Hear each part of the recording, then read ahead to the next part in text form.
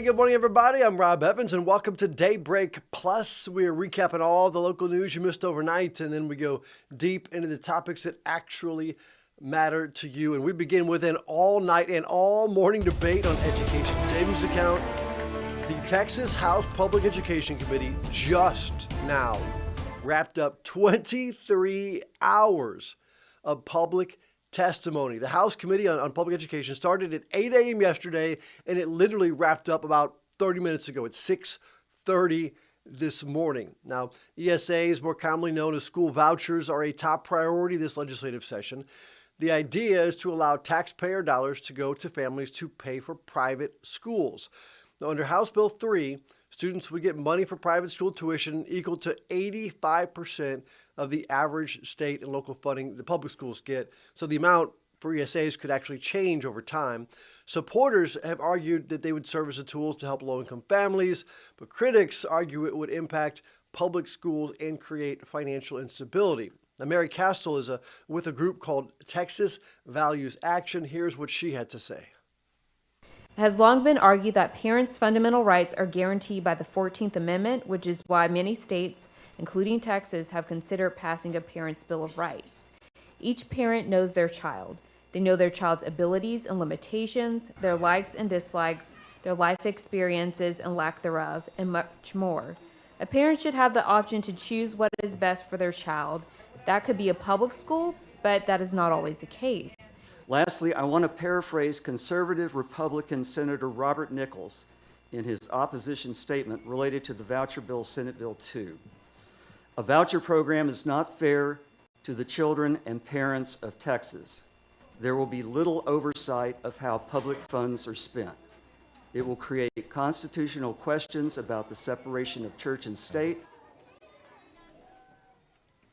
Now, the plan would allocate $1 billion towards education savings accounts. If the state does get more applications for education savings accounts than what it has money for, students living below the poverty line and special education students would be prioritized. Now, as we've been talking about, passing an education savings account is one of Governor Greg Abbott's top priorities, and it was last session as well, so much so that he actually campaigned against his own Republicans who didn't back the bill last year. The governor helped get enough pro-voucher Republicans elected so that now he has the votes, or at least he believes so. But ESAs are still a tough sell in rural communities. When Representative Cody Harris hosted a town hall event in February, he was met with boos and frustration from his constituents.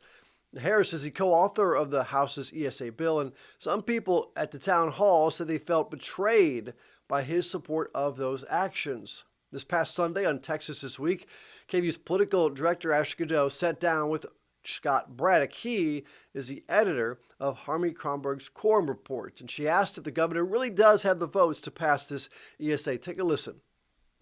Not sure. The bill that's been filed in the House, that's HB 3 for people who are keeping up with this, supposedly it has enough support to pass in the form it's in now.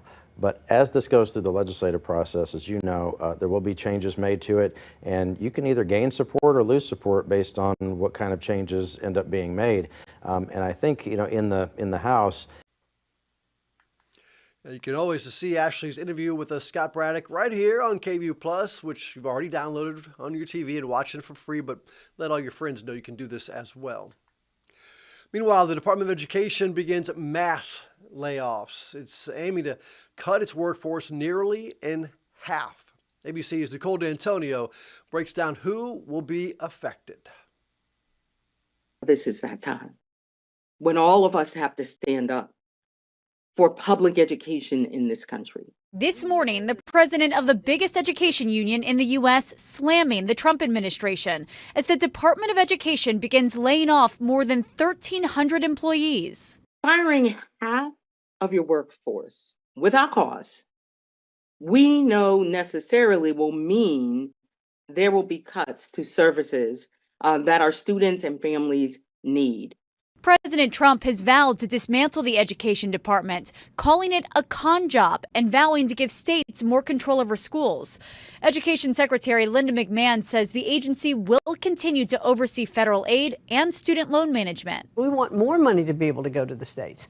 And that's what the the president has said all along. Teachers fear gutting the department will leave vulnerable students even more vulnerable. Whether that's safeguarding, racial minorities to make sure that educational outcomes are equitable for them. I mean, I think it's across the board. But McMahon says it's time to eliminate bureaucratic bloat. Well, clearly we're not taking away education. The president never said that. He's taken the bureaucracy out of education so that more money flows to the states. Nicole D'Antonio, ABC News, Washington. It is now 7:06, and just another reminder to leave nature alone. A bat captured in Cedar Park has tested positive for rabies. Now, this rabid bat was found near a neighborhood near the Highway 183 toll road and Brushy Creek Road. That's right near the Brushy Creek walkway and path and bike trail as well. People believe that some people, or police rather, believe some people did have direct contact with that infected bat. And the CDC advises anyone who touches a bat, one, don't touch a bat. But first, wash yourself with soap and water before you seek medical attention. Leave those bats alone. All right, it is a 7:07 right now. Let's get a weather and traffic start with Grace and Hannah. Grace, how are we looking outside? Hey, good morning, Rob. Yeah, we are tracking a weather impact alert for today. Make sure that you got your fire weather preparedness plan in place, or at least you're thinking about it as you head out to work and school this morning. We've got some clouds over the area for the moment. Very warm temperatures as you're stepping out the door, 63 and 62 degrees. Humidity is high for now, but will be falling as we head through the day today. We are anticipating a cold front coming from the Pacific side, so it's not really going to impact our temperatures too much, but it will bring in very blustery conditions and dry conditions, which we'll have to watch for wildfires to spark this afternoon. As for those temperatures across the map, we're sitting in the 50s out towards the hill country, 52 in Llano, coolest spot on the map there. Warmer spots on the map, Bastrop at 63 degrees, as well as Giddings. About 15 degrees warmer than where we were yesterday. As we head into the afternoon, expect even warmer conditions than what we saw yesterday. We were in the 80s yesterday. We're expected to hit near 90 for this afternoon with the help of those southwesterly winds.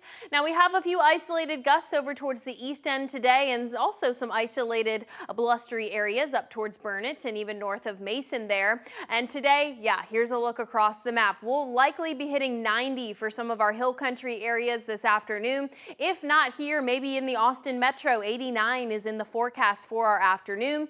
Of course, as we are tracking dry conditions as well as warm conditions, we'll also be tracking higher wind speeds for this afternoon. Now for the metro, this is going to be about 20 to 25 mile per hour gusts. However, out towards the hill country, we could even see winds gust even higher.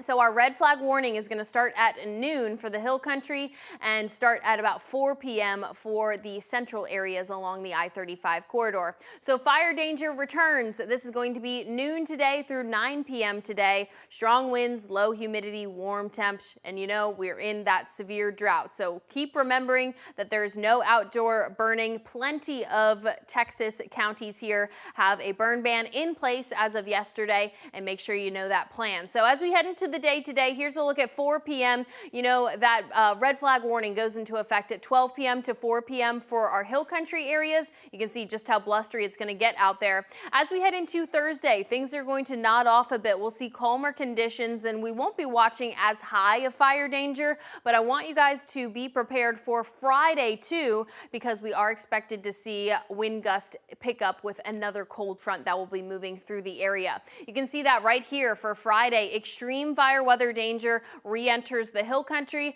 as well as spans into the I-35 corridor, so we need to watch out for that. There will be some cooler air behind this next cold front that moves in Friday into Saturday. We'll be down to the lower 80s for Saturday, 70s for Sunday, and back to the 80s as we head towards Monday and Tuesday.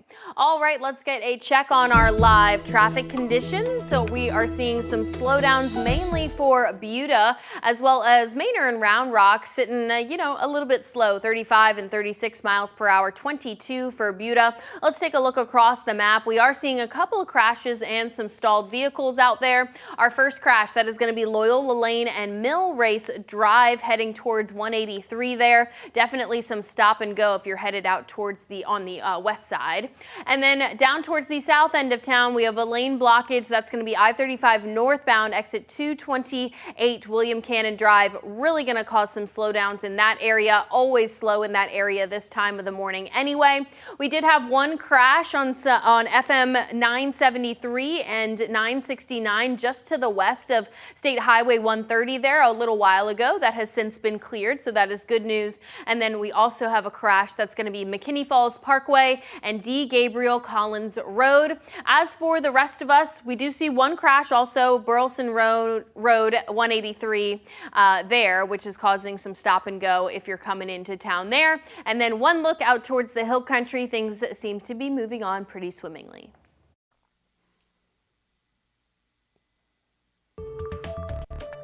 All right, Grace doing a double duty there for us this morning. I appreciate that. I knew this morning the measles outbreak in West Texas is crossing state lines again. The Texas State Health Department says there are 223 cases now in West Texas. That's a more than 20% increase from Friday. Oklahoma is now recording cases as well. 2 cases in Oklahoma. New Mexico, which had a few cases before, now has 33 cases, all connected to the outbreak in West Texas. Now, the Texas State Health Department says more than 2/3 of those Texas cases are in Gaines County. That is where the outbreak all began. 29 people are still in the hospital. Now, Travis County just has 1 case. It is an unvaccinated child who traveled overseas with their family. But as we've been telling you, the state is not adding that into the case count because health officials say it is not tied to that West Texas outbreak. Now, advocates and doctors with the nonprofit Children at Risk want parents to feel like they can talk to their doctors about MMR vaccines if they are hesitant. Terry Burke is with the Immunization Partnership, and here is her take on it. None of this has to happen.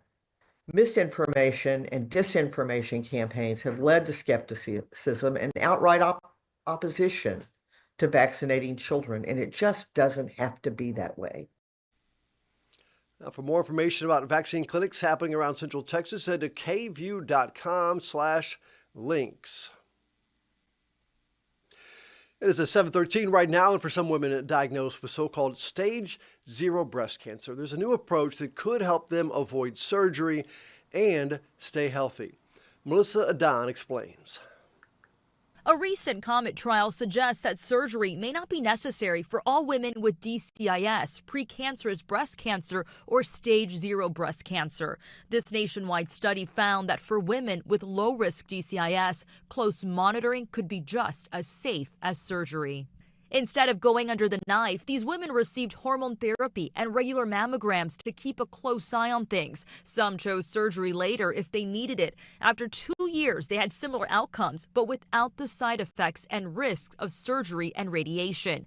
This approach is not for women at higher risk of developing more aggressive breast cancer. But it is a promising alternative for some women. If you have a DCIS, it's worth discussing with your doctor. With this Medical Minute, I'm Melissa Adon. Here's a pretty cool story for you. An Indiana father is calling it a wonderful miracle. Now, he's talking about a car crash, but the miracle is not the crash. This crash left his daughter trapped on the side of a road, but she managed to survive almost a week without food thanks to some life-saving ingenuity. Here's ABC's Lina Moise. This morning, an Indiana woman's remarkable survival story, spending 6 days trapped in her car, injured after crashing into a ditch. She was screaming out for help. She could hear cars going by, but they couldn't see her from the road. 41-year-old Brianna Castle was on the way to visit a friend when she fell asleep at the wheel. Her father says she stayed alive by dipping her sweatshirt into the water in that ditch. And she was using her hoodie and wringing it to get a drink of water, trying to survive. And she was in excruciating pain. 6 long days passed until a man working for a drainage company spotted her car and called his boss, who happens to be the fire chief. I noticed some dry blood on her forehead. I said, "Ma'am, how long have you been here?" And she said, "I've been here since Wednesday night." And I said, "No, it's today's Tuesday." I said, I think you're confused." She was very conscious, very alert, very aware of how severe her injuries were. Castle's ordeal comes just as AAA warns about the dangers of drowsy driving this time of year after the beginning of daylight saving time last weekend. AAA estimates 18% of all traffic fatalities can be linked to drowsy driving. Castle's crash was similar to this one, also in Indiana, just over a year ago. Matt Ream was trapped for nearly a week after his truck overturned in a creek. He survived on rainwater until he was found by a fisherman. Castle's family says she has several broken bones and may need surgery, but she is happy to be out of that car. Lionel Moyes, ABC News, New York. My goodness, just a reminder of really what you can do to stay alive. They're all about getting the water, and so glad that young lady is safe. Well, the City of Austin's Spring Festival event operations center is now open. What are we talking about? Talking about South by Southwest, of course. Making sure everybody's safe, the top priority during South by. Inside the center, staff from different city departments come together, like Austin Police, Austin Travis County EMS, the Austin Transportation Department, all working together to make sure things are running smoothly downtown, making sure you are safe. EMS also has a mobile hotspot set up in case of an emergency. Here's Captain Krista Stedman. We focus on the downtown entertainment districts. That's where we have our patient collection point. That's the field hospital I was talking about. And that's where all of our special response units operate out of, sort of as a... Now when it comes to traffic, and there's a lot of traffic down there, Cap Metro, Police, and the Transportation Department keep an eye on busy roads, encouraging you, please plan ahead for your route. Of course, a lot of the roads are closed off. There's a traffic on the other roads, so just, if you can walk, if you can Uber, if you can bike, it might be a good idea for you. And today is South by Southwest Industry Day. It's a free event at the Austin Convention Center. Each year, hundreds of exhibitors arrive to showcase some of today's most forward-thinking brands and technology. The expo shows how creativity is fueling progress across all industries, from entertainment and health to social impact and more. Now, this event is meticulously curated throughout the year to highlight the brands, the services, the products. It starts at about 2 hours at 9 a.m., goes until 4 p.m. So much cool stuff going on at South by, and again, it wraps up on Saturday. So if you're hanging around and haven't gone yet, you might want to take a chance. Well, here's a question for you. Are we alone in the universe? The question's back in the spotlight after a documentary on aliens premiered at South by this week. ABC's Andrew Dimbert has more on government officials that took part in this documentary. I have seen with my own eyes non-human craft and non-human beings. An explosive documentary is setting out to prove aliens are real and the government is covering it up. The new film, The Age of Disclosure, claims to reveal an 80-year cover-up of the existence of non-human intelligent life and a secret war amongst major nations to reverse engineer technology of non-human origin. You think for a second that they wouldn't consider using it to achieve their ends of domination? It features more than 30 U.S. officials speaking out on the alleged existence of aliens and UFOs, including Secretary of State Marco Rubio. Even presidents have been operating on a need-to-know basis, but that begins to ramp out of control. The film just premiered at the South by Southwest Film Festival. Kind of spread like wildfire amongst those who are in the inner circle on this within our government, and they started to realize this is a unique opportunity to bring the truth out. I think it gave them an opportunity to tell their side of the story, and they had absolutely nothing to gain but public humiliation. I mean, myself, I've lost contributors. This is the biggest discovery in human history. Reaction has been mixed. One person posting, "Spreading the word about this topic is the most important story in the history of humanity," but another saying, "Not a single scrap of verifiable evidence has ever been shown." Andrew Dimbert, ABC News, New York. What do you think about it?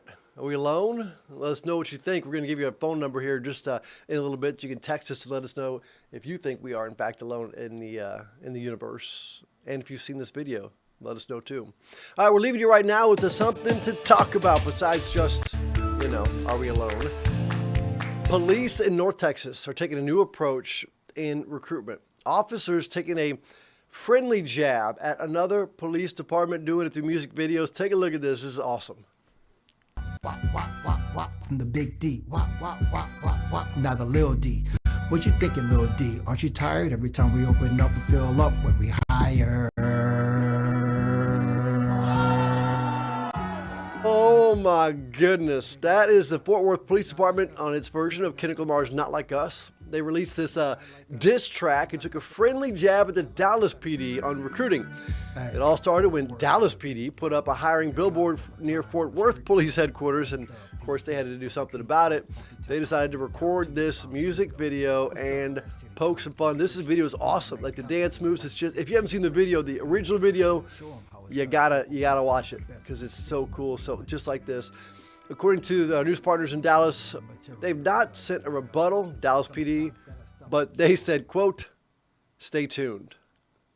All right, well, you stay tuned. That's it for Daybreak Plus. Let us know what you want to talk about. I want to hear what you think about the whole alien thing, though. That would be fun. We could go back and forth on this. Text us, seriously, 512-459-9442. And if enough of you text me, we'll have a little back and forth session going on in a couple days right now. But please text me that number, 512-459-9442. What do you think about it? Have you seen the movie at South by or whatever else you want to talk about? That's fine too. You can also message me on social medias, Insta, Facebook, X, at Rob Evans TV. And stick around because Daybreak continues right here on KVUE Plus. Goodbye, everybody, including aliens, if you're out there.